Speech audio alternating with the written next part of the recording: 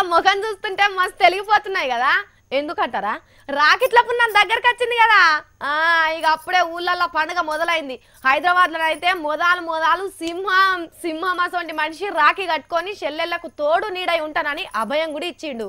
మరి ఆ అన్న 10 కాలాల పాటు పదిలంగా హుషారుగా ఉండాలని చెల్లెళ్ళని దీవించిండు. అన్నెవలబ్బా అని అనుకుంటున్నారా? ఇంకెవరుల్లా నాయని నర్సన్నే.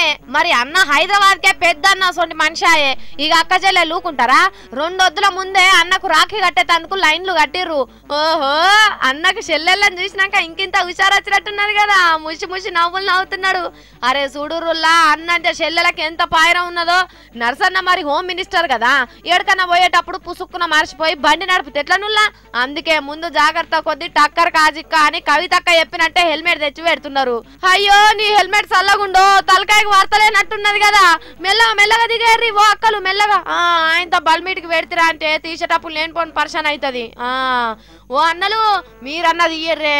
అరే ఎంటికలన్నీ ఆటుమూట అయినట్టున్నాయి. చదువుకోవే అన్న, చదువుకో. శబ్బాష్, సింహానివే నువ్వు, సింహానివి. ఇప్పుడు చెప్పే అన్న, గింతమంది చెల్లెలు రాఖీలు కట్టినందుకు ఎట్లా అనిపిస్తున్నది? చాలా అభినందనీయం, సంతోషం. ఎందుకు అనిపించేదే గింతమంది చెల్లెలు ఉన్నాక? మరిగా హెల్మెట్ ఎందుకు పెట్టుకుంటున్నావన్నా? నువ్వు పోయేది కార్లోనే కదా. కవిత ఎంపీ గారు తీసుకున్నారు. జాగృతి సంస్థ తరపు నుంచి ప్రజలకు చైతన్యం కల్పించడం, ఈ హెల్మెట్ తప్పనిసరిగా ధరించి ప్రాణాపాయం నుంచి కాపాడుకోవడే ఉద్దేశంతో. ఓహో, కవితక్క చెప్పిందనా? సరే గాని ఎంటికలు మళ్ళా చెదిరినట్టున్నాయి అన్న, జర మంచిగా అనుకో.